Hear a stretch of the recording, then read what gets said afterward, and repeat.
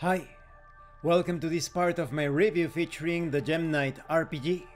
If you haven't seen the other parts of my review, featuring this magical girl style tabletop role-playing game, please check out the playlist in the description below. This time we are going to talk about weapon proficiency, skills, and many other things. When it comes to weapon proficiency, being non-proficient means that you lack the proper training or skill, resulting in a disadvantage in tests when attacking with a particular weapon. Proficient, on the other hand, implies adequate training or skill, allowing for standard attacks.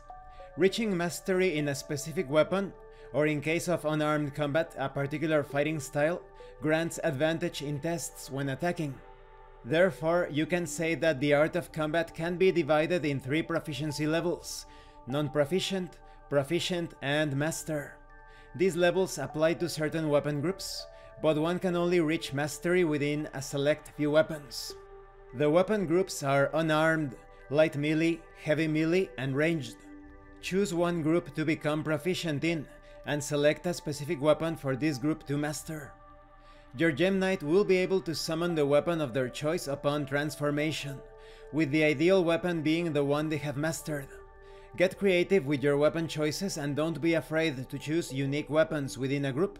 If you are proficient with light melee weapons and choose mastery with daggers, for example, consider arming your Gemknight with weapons like dirks, katars, or even stilettos. Let's talk about skills. Prior to become a Gemknight, you had a life. You learned things. You developed skills. Even if you forgot who you were, you retain knowledge of some things you did before. You might not understand how you came to learn that, but it's something you are familiar with. Choose a set of skills from the list in this section, or create something on your own. Any situation where that knowledge might apply can give you advantage on tests, where you can put it to use.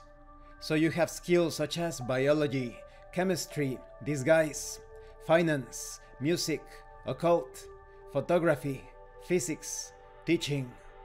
In addition, as every Gemknight has magical affinity, you gain advantage on any non-attack or non-combat test related to anything magical and mystical.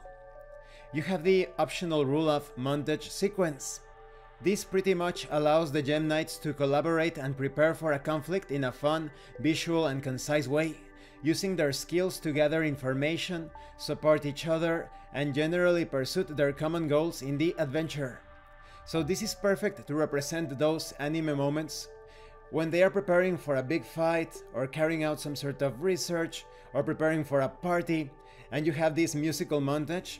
In this case, in a tabletop RPG environment, you would only need to describe how things proceed, and imagine the funny music playing in the background, perhaps describing some funny moments going back and forth with the game master. You could perhaps see the mascot of the group getting into funny trouble or doing some sort of mischief, things like that. Then we have belief. Every Gemknight has a driving principle called a belief that you will want to write down. This belief is a simple statement used as a guiding force for your Gemknight. Your belief may be, "I'll always find a diplomatic solution," or "friendship is power." This belief is not etched in stone, and can be changed or added to as the adventure moves along or the campaign. You have beliefs such as, "I will always fight for justice," or "I will always stand up for what is right." Perhaps, "I will be a paragon, a role model for all," or maybe, "I will use my powers to bring hope to others." You also have sample Gemknights. If you want to start playing right away, you have 6 sample Gemknights to choose from, such as Gemknight Obsidian, who is a lively and self-assured young woman in her late teens, who brings a joyful spirit wherever she goes. Or perhaps Gemknight Alexandrite, who is a vivacious and charismatic young woman of Asian American descent in her early teenage years. She exudes confidence with her sparkling black hair styled in a high ponytail and her upbeat personality. There is also Gemknight Sultanite, who is a talented and introspective artist in her mid-teens. With fiery ginger locks cascading down her back, she exudes a quiet intensity that is often reflected in her artwork. And this concludes this part of the review. In the next part we are going to talk about the Game Master's Guide. When it comes to these proficiencies, skills, they facilitate smooth gameplay because of how easy it is to adjudicate their application in any situation.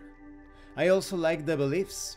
They give you a strong focus or perhaps guiding point on how your character takes action. And it's great that you have pre-generated characters if you want to start right away. Thank you for watching this part of the review, and thank you for your likes and your comments. If you have any questions or comments, please let me know. And thank you so much to those of you that are going the extra mile to support the channel.